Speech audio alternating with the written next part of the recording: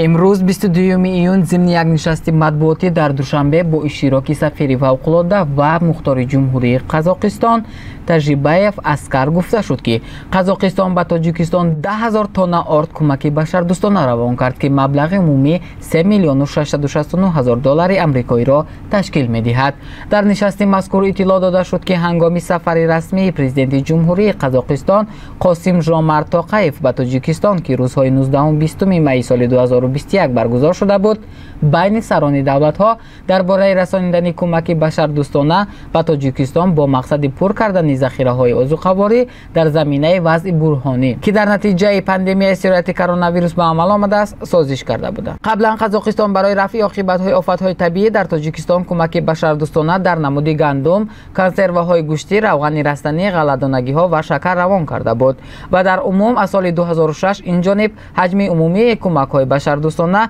از قزاقستان به تاجیکستان 45 میلیون دلار را تشکیل می‌دهد.